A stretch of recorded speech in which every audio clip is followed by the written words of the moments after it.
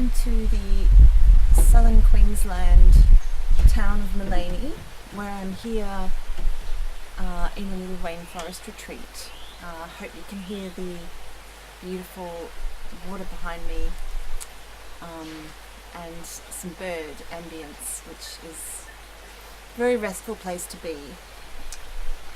This is just a little pit stop on my journey at the moment. I'm investigating living here, moving here, and I suppose it's symbolic of the end of an era for myself.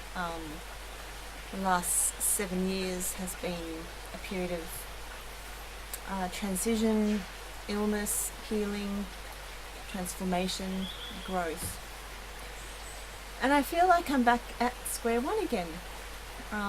So what I wanted to talk about today was something that has occurred in the last 7 years that I know is an issue for a lot of souls on this planet at the moment who are ascending, who are awakening to partly what is happening here on the planet, so tuning into some of the darker things, which the crimes against humanity, the deception, the lies that we've been told about our own power or lack of, and the process of uncovering and understanding our true power, our sovereignty, which is more of my focus rather than the negative and the dark stuff, although I really respect and thank the people who have taken the time to research this and provide a platform and understanding, especially to the more scientific minded of us, those who use the mental plane more so than the heart, which is the intuitive knowledge.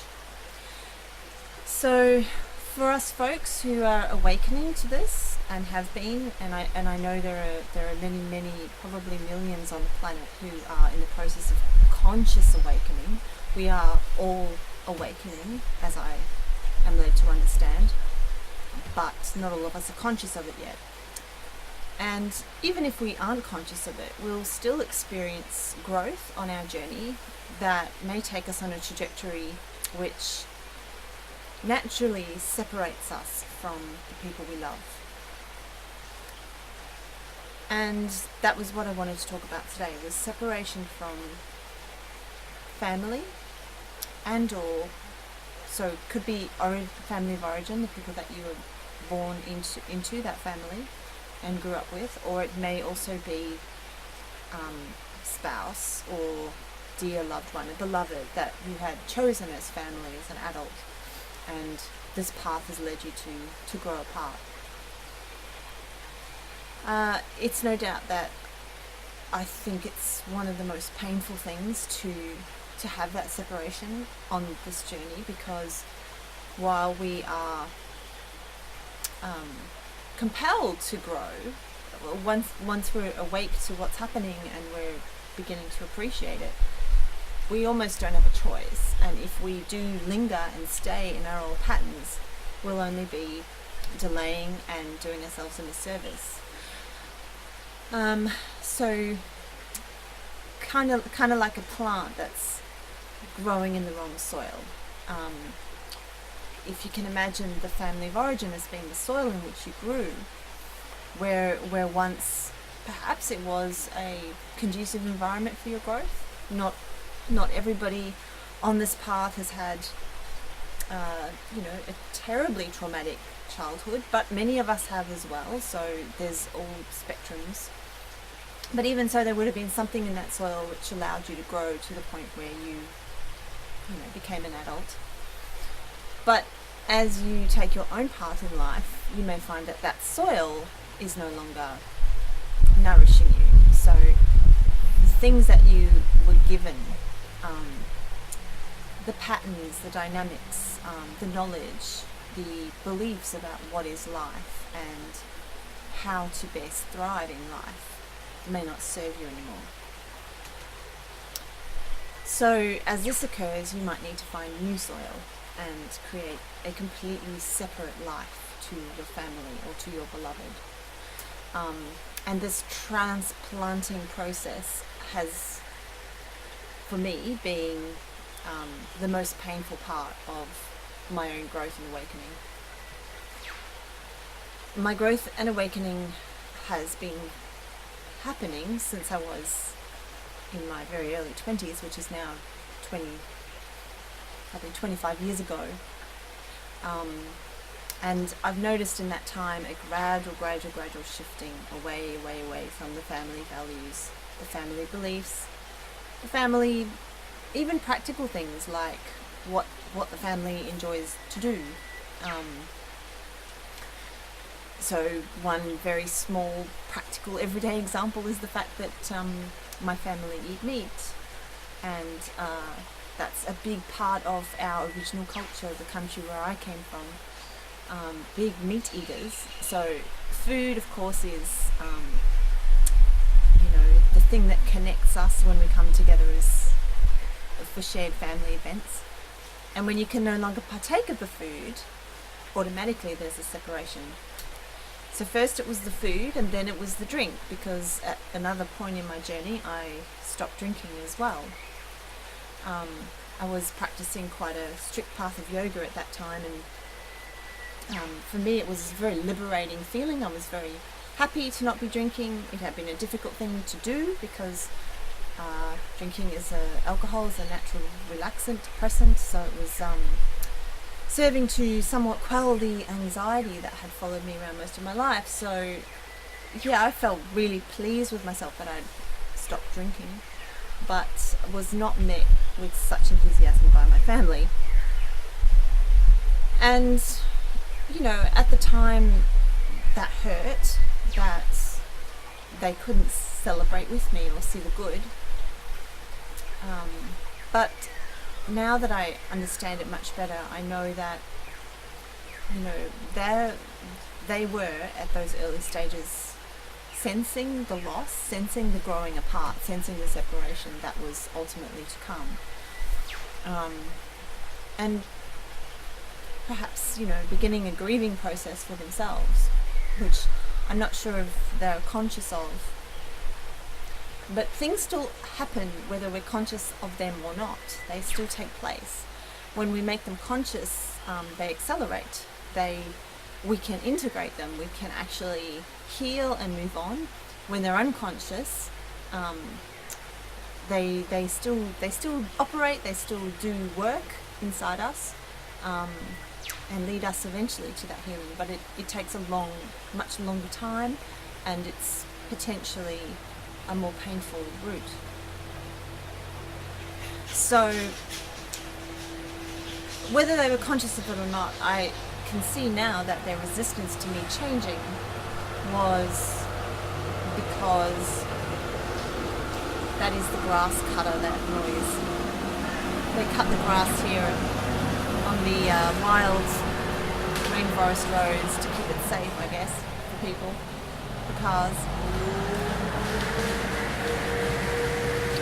There's machines wherever you go, even in the rainforest.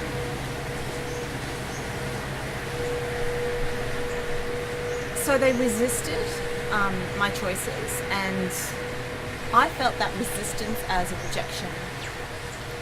And I went through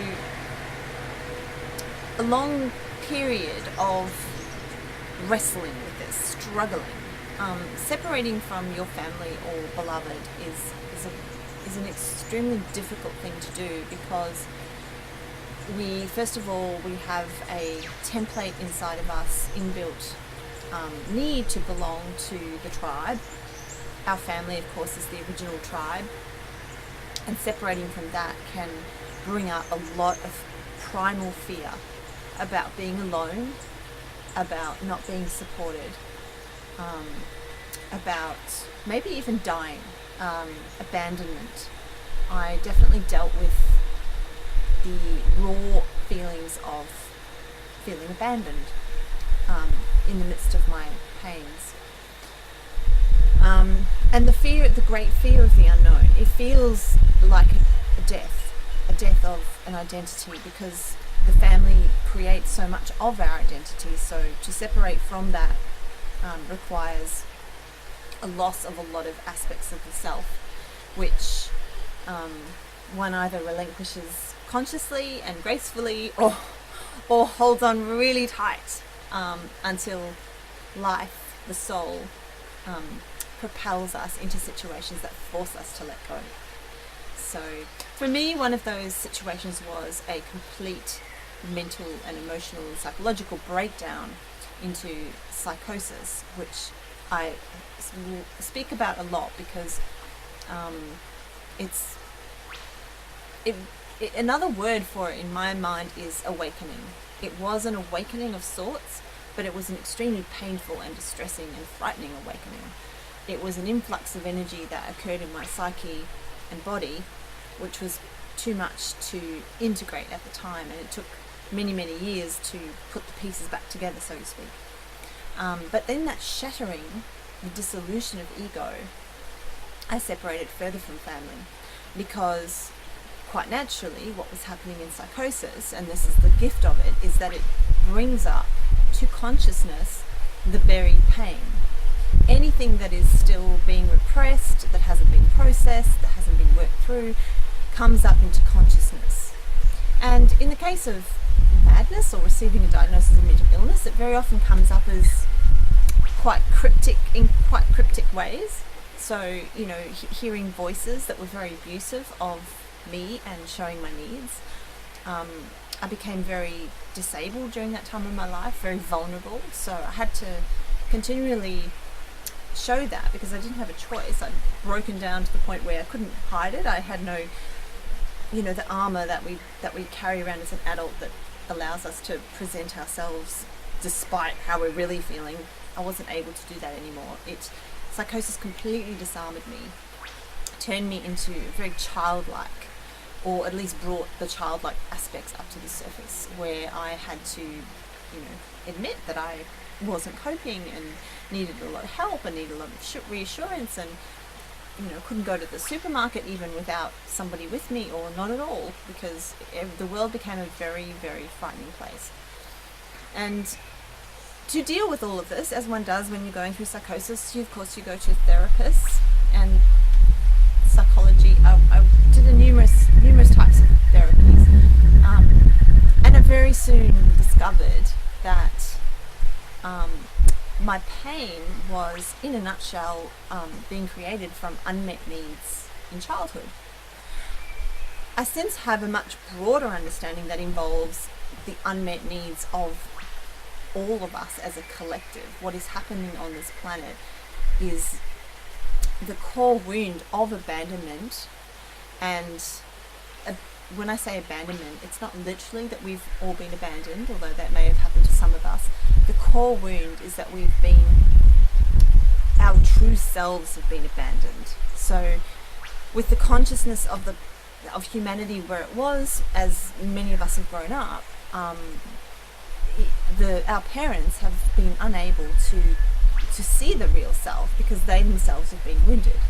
So it's almost like everybody has been cast under this spell, which is passing on the pain and the trauma from one generation to the next. Whatever is unresolved in the previous trauma gets passed to the next to the next generation as trauma.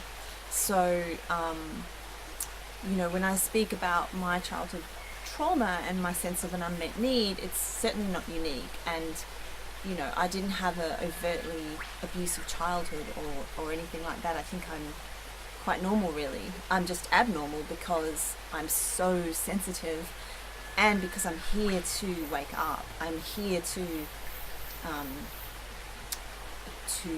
be a part of my soul's mission, which is literally to wake up, and also to heal that trauma as part of the process, and then to be able to guide others on the same path, which is why I'm starting to make these videos now, to take the gift of the knowledge that I've earned as I've walked this path of healing, and shine a torch for others to follow. And that's how it's all working, because of course the things I've learned have been guided by many, many others as well. So this understanding of the core wound of abandonment, at the time when it first happened, it was quite limited. So I looked around and realized that it had a lot to do with my mum and my dad, and how they hadn't seen the real me, and how I felt at some very deep core level rejected and not wanted, and that love had been conditional. And that is another hallmark of the fear matrix that humanity has been living in, is that it is not a frequency of unconditional love. That is where we're moving. But where we were when I was a child was not. Love was conditional. So while that was normal on this planet at that time,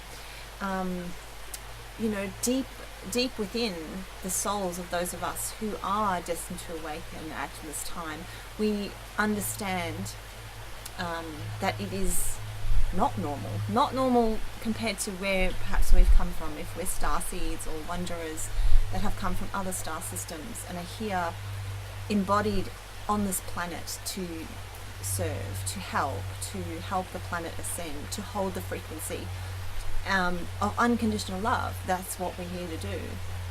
So, as my knowledge is expanded, I don't blame my parents whatsoever. In fact, it is quite the opposite.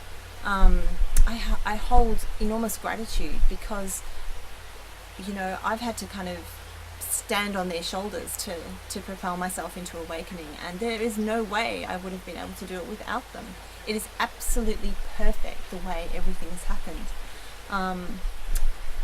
for my own growth, and no doubt for theirs as well, but it's another story because I don't know, we can never know what another soul's growth is. I only know from my perspective that I couldn't have done it without them. We've incarnated here into a planet of polarity, so we have to have contrast. We have to have this light and shade, this light and dark, to understand how to heal what is already here, what has been the situation in this planet. So my heart is full of gratitude, and knowing the big picture, I can certainly hold that, and I can hold compassion and forgiveness, which has been,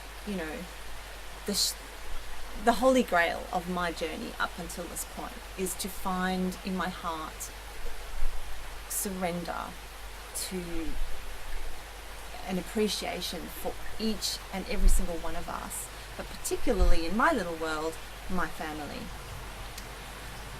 In saying that, this journey has also led to a literal separation, and that's what I know, so many souls who are walking this path of awakening are finding, that they are separating from the people who they once, called their family. And there's absolutely no doubt that is a very painful choice to make. It doesn't even seem like a choice once you've made it, because you realize that it was absolutely for the highest good. But at the time, there are choices to be made in a practical terms, in a third dimensional practical reality. It always feels that there is a choice at that nexus when we could go one way or the other. And at those moments, that's when the thing that I urge you to do is to tune within, to go within, and to find your truth in there. Because our planet has a lot of fear programming that has kept the fear in place. It's like a lattice, a matrix of beliefs that hold the limitations and the scarcity in place. And one of those programmings is that we cannot put ourselves before family, that we cannot hurt the people we love, that if we do something to displease those people, then we are to blame, even if it is for our personal growth. If it causes them distress, then it's our fault. So I guess the programming of what I would call filial duty It's a lot stronger in some cultures than in others. It was probably a lot stronger in previous generations than it is now, which is why we're seeing so much rapid change, because people are breaking through that programming. But it's a very difficult thing to break through. It causes a great deal of self-doubt. We will ask ourselves, am I being selfish to follow my own path? For those of us who have a strong heart-centered consciousness, so we would be probably a very, very kind person that would never want to hurt anybody. For us, that is a huge challenge, to step away from a relationship and see it causing pain for the people we're leaving behind, and not having the capacity to get them to understand that. Because I did that for years. I tried so hard to make my family understand where I was coming from. I don't know how many letters I wrote and conversations were had, and attempts. And when I could no longer do it to them in person, I would meet with their higher selves and explain it up there, in the higher realms, to try my best. I couldn't bear to be the bad guy. Now this is part because I am a kind, heart-centered being, but it's also in part because I didn't want to own the shadow of the bad guy. Now this is important, because if we live only in the light, if we see ourselves only as perfect and pious and kind, then we are not integrating the shadow that is within all of us, that is reclamation of your own power. Because it is powerful to say, my happiness, my unconditional love for self is what takes priority, and I will be respectful to you and always leave the door of my heart open. But if you so choose to not want to understand, or you're unable to understand, or you cannot come with me on the journey, then I must leave you behind. And if you're weeping because of that, then that is not my responsibility. Our responsibilities end with our intentions. So if my intention, or your intention, if you're going through this yourself, is at all times to be loving and respectful, then you can achieve this growth with integrity. Now you'll have to define your own versions of what is respectful and what is loving. For a lot of us, we think of loving as being doing something all the time for others. But that's another part of the fear programming which has kept us in limitation and scarcity, and that is that we don't come first. Other people always come first. So we have lots and lots of kind, loving, sensitive earth angels on this planet who are people pleasers, who are constantly trying to be good. The extreme of that would be the martyr complex, where you continually deplete your own energy to give to another person or a group of people to please them. And in that extremity, neglect and abandon the very one who needs you the most. And this is where the trauma of abandonment from generation to generation continues, because we are abandoned by those who were meant to care for us. And I mean spiritually and psychologically and emotionally often abandoned, maybe literally too. But most of us have had some form of emotional abandonment. And then we abandon ourselves. Now you can't fix the abandonment that occurred when you were a child, as in literally go back to that age, or shake your parents and, make them understand and make amends. But you can fix it in a way by choosing to not abandon yourself in this present moment. So how that would look sometimes is choosing yourself over another, choosing your own personal growth over another. So this is the paradox of the spiritual age that is coming now, when it's an age of much more heightened consciousness than we can even begin to imagine. It's a dawning, and it's here, and it's on the horizon, and many of us are feeling it, but the extent to which it manifests is, very difficult to describe how amazing that is going to look. But certainly the paradox within that is that the more we unconditionally love and choose to be with ourselves in the highest integrity and authenticity that we can generate for ourselves, the greater will be the unconditional collective love. So, there's this idea, and it's erroneous again, it's part of the programming to keep us in fear and scarcity, that spiritual evolution and unconditional love will create a collection of clones, people who are all identical and all want exactly the same thing. And a lot of us are quite repelled by that idea. And it's probably because we're so ensconced in this third dimensional reality, and we want, we're here to experience free will. We're here to experience, what do I want? What can I create? What brings me joy? What do I desire? This is actually the nature, the free flow nature of our soul. So this implanted idea that we're going to become clones with no personality or identity or self-desire is another barrier, because what we actually find is that as we let ourselves free from that and we just become who we are, regardless of what anyone else thinks. Let me just say that again. To become who you really are, regardless of what anyone else thinks.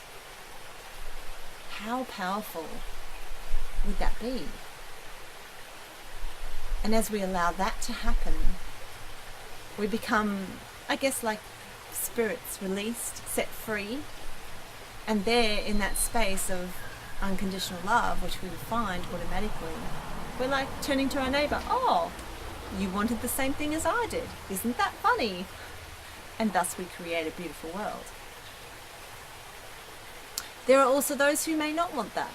There are many, many souls on this earth at the moment, and as I understand it from teachings and my own guidance, some souls, every soul is serving a purpose, and some souls are choosing to resist the process of ascension.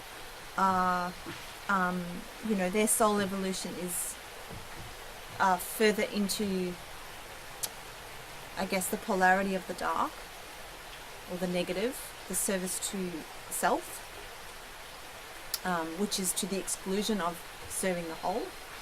It's a separation consciousness as opposed to a unity consciousness. And it's ironical I should be speaking about that, because I'm speaking about separation from family. There are so many paradoxes as you understand more and more. Because separation consciousness, even if you're in a family and you are giving to everybody, in a lot of ways that's still an expression of separation consciousness, which is the service to self, because you are doing it to protect yourself. You are doing it because you don't trust the divine flow of life force that knows exactly how to provide for everybody's needs without one losing and the other winning. That is unity consciousness. Separation consciousness says there's not enough. There's not enough love. You can't be yourself and upset that other person. That's not love. So it creates a division within, a split within, a separation within, where you separate from your authenticity. These are really difficult concepts to understand, and I think the path forward for anybody, especially if you're feeling like you're only just at the beginning of this journey, you're starting to experience some separation problems with your own family or your beloved, your lover, your husband, your spouse, your wife, whoever you count as family, or perhaps your community. So you're beginning to recognize that, and you're afraid, you're frightened. The first, mind, and this video is appealing to your mind, to your rational senses, but hopefully also activating some more of the heart knowledge too. Because mind won't solve these problems. Mind, if you're at the beginning of the journey, mind is still really wanting to keep you safe by doing the same thing that you've always been doing. That's kind of how mind operates. It is like an automatic program that runs, and it's been fed all these beliefs. It will not believe that what I'm saying is possible. So you have to become your own science experiment or soul experiment. And the best place to start, or really the only place to start, is within, is to go in here and to try to integrate your own being into a wholeness, into a space of unconditional love for yourself. Because that is the doorway into unconditional love for all. So try to imagine, this is certainly how I found it.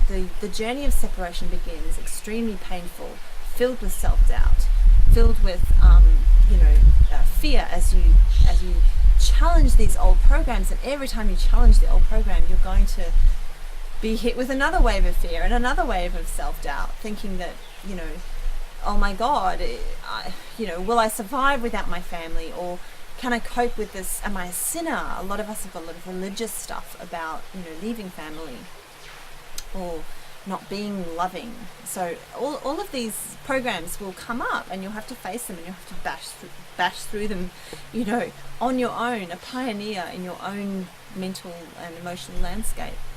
And so you go through the doubts and the fears, and what starts to happen at a certain point is that you'll start to feel empowered. You'll start to actually feel some of that joy and sense of peace that comes with just simply loving yourself and honoring yourself and not abandoning yourself, making choices that suit you, speaking from your heart,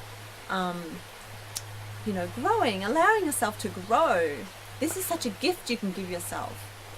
Even if it takes you off on a bizarre tangent that, maybe leads to a bit of a dead end and you have to kind of do a detour and come back, that's fine. This is not about being perfect, because paradoxically it is all perfect, but it's about allowing. It's about allowing whatever to be, and kind of when you let go of the tight grip on how things should be and you follow that true calling inside of you, it does require some surrender and venturing into the unknown. So, as I said, you'll start to sort of get some confidence, and your life begins to change. And it might be dramatic, it might be you move, or you change your jobs, or you throw yourself deep into a Tibetan meditation practice, or however it looks like you. It might be dramatic, it might be not so dramatic, it might be just changes in diet or lifestyle, or might be a very internal thing that's going on for you. For some of us, the most dramatic changes are actually happening inside, and no one would even know. But allow them to happen, whatever they are, and you begin to enjoy them. You begin to have faith that this landscape within is the real, and whatever is without is the secondary. This is the primary reality, what's inside, and then the secondary reality is everything outside. And when you get the primary reality right as in it feels right to you, and there's no one that can tell you what that is, only you will know when it feels right, when you feel authentic and at peace with that, then the secondary reality starts to shift. So it's quite a magical process. It's alchemical. It's kind of like, growing a crystal in the dark in the cave, and you can't even see it necessarily, but it's doing something. Or a seed in the soil. It's another really beautiful analogy. We can't see that seed, what's going on there. But then one day, the little stalk pops out of the soil with its two beautiful little baby leaves. And there it is, the evidence. So the evidence will come, it will manifest. And in the period before that, you have to have faith. Faith is the courage to experiment, I guess, based on not knowing yourself, doing something new, trying something new. That's faith. So once you get to the point where you're seeing the seeds sprout, so you're seeing things manifest and you're starting to feel comfortable, then there's another transition period where that grows. You just allow that to grow, just like the plant coming up out of the soil. Grow, and you can see it now. And so this is a much easier phase because you've got more confidence. For me, it's been, a time when I've thrived in my job. I've recreated my entire career, changed because of these processes that I've undergone. A time of really settling into who I am and growing in my confidence and my ability to express myself. And some of them were outside changes and some of them were very internal, but they almost feels like a personality transplant. Like the old me is still there. Of course, it's it's just an expansion. Now this is what I was going to say about the paradox of separation, because when you get to when you get to the culmination, so when you allow yourself to get to that culmination point, which is the end of a level of understanding that you're going through, because we each are initiated and experiencing levels of understanding, passing through certain initiations and assignments and missions that we have in those levels. So the culmination point, the completion point of that particular lesson or assignment that you have, healing journey, whatever word you want to give to it, that culmination may well bring you back to the family, just paradoxically. Through your separation, if you go all the way to the end of it, what you will find is that you release all of the things that you were holding, the burdens that you were carrying, any sense of injustice or rejection or abandonment. The wounds will be completely healed. Now, that's really hard to imagine for anyone who's done any psychotherapy. The idea of a complete healing of a psychological wound or an emotional wound like this is, it's actually not that common in sort of mainstream psychology to imagine that would be possible. But anything is possible. Anything is possible at the spiritual levels, the soul levels, and certainly in the level of unconditional love, it's completely possible to let go of all of that. Because as you align more and more with the present moment and your experience of now, you start to understand that the past and the future, they aren't realities. They have no hold on you. So it certainly is possible to reunite with family, but perhaps in a way that the relationship feels very different. So that's where I'm at myself now personally. I've recently had a major period of I suppose revelations, it feels, there's a good word for it, revelations about my capacity to love, like how much I'm actually capable of letting go of the old story and honouring the gifts of the people who were involved in this drama that happened in my past. The drama being my childhood. All the little incidents and the little ways that we interacted and the dynamics and the patterns of behaviour. Those things have taken a long time to heal from, a long time to change those patterns.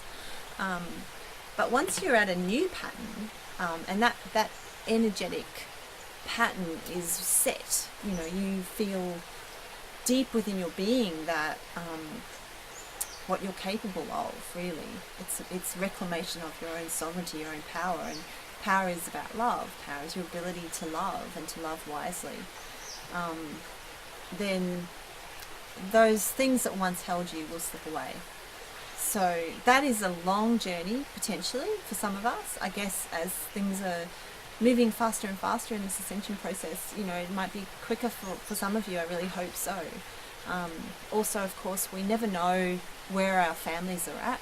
Well, it is possible to know some things, to tune into their energies and to commune with their higher selves and to receive knowledge and higher guidance about their where they're at in their journeys. But you know, I think it feels sometimes almost like I'm spying on them if I try to use those channels to receive information. You know, I feel like I have enough of an understanding to be able to continually cultivate compassion and love for them. But ultimately just honouring and respecting that they're on their own unique journey, and it's no lesser or more difficult or less difficult. You know, some people hold up their difficult struggles as being the jewels of their existence. Meanwhile saying, oh well, no one else has suffered, it's just me that suffered. That's absolutely not true. Pain is pain, and you know, I know my family have gone through their own pain. I've had a really good go at analysing what they might be going through, but as a token of respect, I step back from that and I simply say, I know my story, and I drop that story. I drop it in order to facilitate greater love. Greater love for myself, greater love for my family, and greater love on this planet. And true healing will come on this planet when we do drop our stories, because there's a lot of forgiveness that needs to happen. There's a lot of conflict and trauma and pain that people have gone through. And, you know, you can't rush to drop that. I'm not suggesting that people, you know, you can't try to forgive. You can just be willing. You can just allow that to come. And you can't jump to forgiveness before you've gone through a lot of the messy emotions, the things that make it so difficult, the anger, the rage, the grief. You know, the grief for what you've lost, for what might have been, for relationships that were good or that you sensed should have been more. The mother wound, the father wound, these are the deepest wounds we can probably carry in terms of our human relationships. They kind of reflect our relationship with Source, and feeling unloved or rejected by a mother or a father is a wound that we, on a spiritual level, consciously or unconsciously, we equate with Source. We equate it as the ultimate abandonment, the abandonment of separation. This feeling that probably a lot of us have had of being plopped onto this planet and separated from our homes and not knowing, why are we here? Why have we manifested in this horrible, cruel place where people don't treat each other very nicely? Well, the answers are, we've manifested here to create our home worlds, to create the place of unconditional love. So, once you've achieved that, or at least, some modicum of that, which is where I feel I have ascended to at this point, Earth does become heaven. This is, heaven is just love. Heaven, that is what heaven is. And love can be here on this planet and is here on this planet. So I invite you to, know that you are being supported by these energies, these frequencies that are assisting the entire planet to awaken. I will talk more about that in relation to mental health, because that's, always been my focus in my work, is mental health, and how these planetary shifts are affecting people that have been diagnosed with mental health issues, or maybe not diagnosed, maybe quietly suffering on their own. So that's the kind of the area that I'm really interested in assisting those people, and yeah, helping to empower you, embolden you to have faith that the little steps that you're taking will all add up. And unfortunately, sometimes those steps will lead you away from the people that you feel should love you or you should love. But just have faith that the path is circular, a bit like one of those one of those trails you go on when you go to a rainforest or a national park, and it's like a loop. So you go, and then eventually you come back out at the car park. So you will come back out at the car park, and if you do so sooner rather than later, then I wish that for you, because that will bring a lot of peace to your heart. But in the meantime, have faith that the road will lead back. And yeah, so I will leave it at that, I think, because it's got quite a long video, but it's a big topic, and it deserves to be spoken about. When I was going through this stuff myself over the last few years, I've been searching for help online and didn't find a lot about family estrangement or separation. So I hope to make some more videos on these topics, and thank you so much for watching, and I wish you namaste, which is the blessing of honouring the light within you. Namaste.